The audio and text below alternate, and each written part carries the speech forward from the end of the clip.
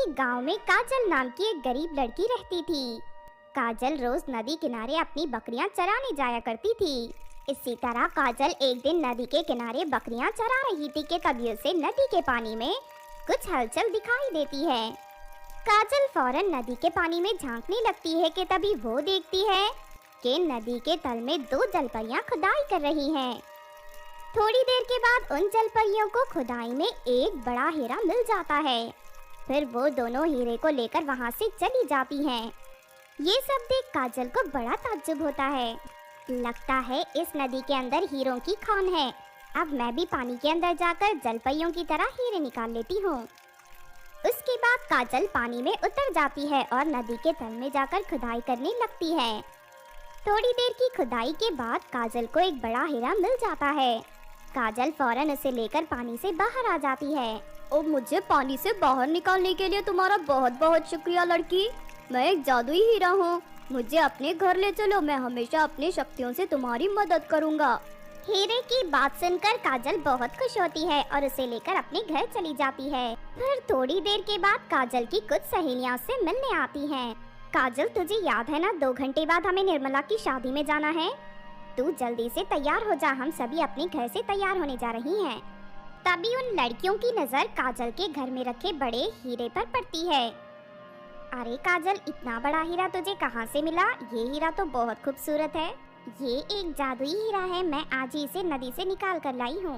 अगर सच में ये जादुई हीरा है तो हमें इसकी परीक्षा देनी चाहिए। तभी वो हीरा कहता है, हाँ हाँ कहो, मैं तुम लोगों के लिए क्या कर सकता हूँ? आज हमें शादी में जाना है। मैं चाहती हूँ कि तुम अपनी जादुई शक्ति से हम सबको खूबसूरत बनाकर तैयार कर दो।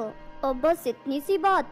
ये तो मेरे लिए बहुत मामूली बात है। ठहरो, मैं अभी तुम्हें अपना कमाल दिखाता हूँ। उसके बाद जादुई हीरा अपनी शक्ति से वहाँ एक बहुत बड़ी बाल्टी प्रकट कर देता है। और ये जादुई पानी से भरी बाल्टी है। तुम सब लड़कियाँ इस पानी को लेकर अपने शरीर पर डालना शुरू कर दो। फिर थोड़ी ही देर में तुम सभी परियों की तरह खूबसूरत बन जाओगी और तुम लोग तैयार भी हो जाओगी शादी में जाने के लिए। जादुई हीरे की बात सुनकर वो सभी लड़कियां बाल्टी का पानी अपने ऊपर डालने लगती हैं। लेकिन थोड़ी ही देर में उन लड़कियों के सर के बालों में आग लग जाती है और देखते ही देखते उनके सारे बाल जल जाते हैं। साथ ही उन सभी लड़कियों का रंग कोयले की तरह काला हो जाता है। अरे ये सब क्या हो गया? हम सब तो पूरी बदसूरत बन गई। तभी एक लड़की आईने में अपनी शक्ल देखकर डर जाती है। हे भगवान, इस जादुई हीरे ने तो हमें चुड़ैल की तरह डरावनी बना दिया। अब हमारा क्या होगा?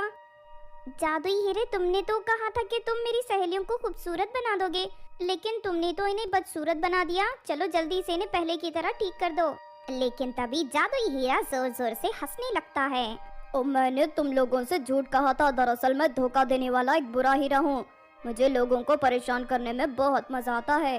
उसके बाद वो हीरा हवा में उड़ता हुआ काजल के घर से बाहर चला जाता है। थोड़ी देर के बाद वो एक घर के सामने पहुंच जाता है। और मुझे बहुत भूख लगी है। लगता है इस घर में ढेर सारा खाना मौजूद है। मुझे अभी जाकर सारा खाना खा लेता हूँ। इतना कहकर जादुई हीरा खिड़की के रास्ते घर के अंदर दाखिल हो जाता है। तभी उसे रसोई घर में तरह तरह के स्वादिष्ट पकवान दिखाई देते हैं। फिर बिना देर किए जादुई हीरा खाना खाने लगता है। लेकिन तभी अचानक उस घर का मालिक रसोई घर में आ जाता है। अरे ये हीरा मेरे घर पर कहाँ से आ गया? ये तो मेरा सारा खाना खा रहा है। उस आदमी को देख जादुई हीरा अपनी शक्ति से उसे रस्सियों से बांध देता है और मजे से सारा खाना खाकर वहाँ से चला जाता है। फिर अगले दिन से वो हीरा इसी तरह गांव के घरों में जाकर लोगों का खाना खाना शुरू कर देता है। जब भी कोई उसे रोकने की कोशिश करता तो वो उसका घर पर आग लगाकर वहाँ से भाग जाता था। इस तरह देखते ही देखते जादुई हीरा पूरे गांव में आतंक मचा देता है। काजल, ये सब तुम्हारी वजह से हुआ है। उस जादुई हीरे ने पूरे गांव में तबाही मचा रखी है। हमें फौरन कुछ करना होगा, वरना ये हीरा पूरे गांव को बर्बाद कर देगा। तुम ठीक कहती हो, मैंने उस हीरे को नदी से बाहर निकालकर बहुत बड़ी गलती कर दी। तभी वहाँ 2 जलपरियां आ जाती हैं। सुनो लड़की, तुमने अपने साथ जो जादुई हीरा लाया है, असल में वो भूतिया हीरा है। नदी के अंदर उसकी तरह ढेर सारे भूतिया हीरे मौजूद थे। हम जलपरियों ने उन सभी हीरों को निकालकर नष्ट कर दिया है। अब हमें इस आखिरी बचे हुए हीरे को भी नष्ट करना होगा, वरना ये इसी तरह चारों तरफ तबाही मचाता रहेगा। उसके बाद वो दोनों जलपरियां अपनी शक्ति से वहाँ एक बिल्ली को प्रकट कर देती हैं। फिर वो बिल्ली हीरे की खोज में निकल जाती है। थोड़ी देर के बाद बिल्ली उस हीरे को अपने मुंह में दबाकर परियों के पास ले आती है। ओ छोड़ दो मुझे, छोड़ दो, यहाँ से जाने दो।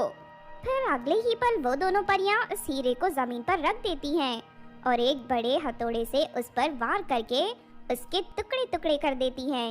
इस तरह उस भूतिया हीरे का अंत हो जाता है।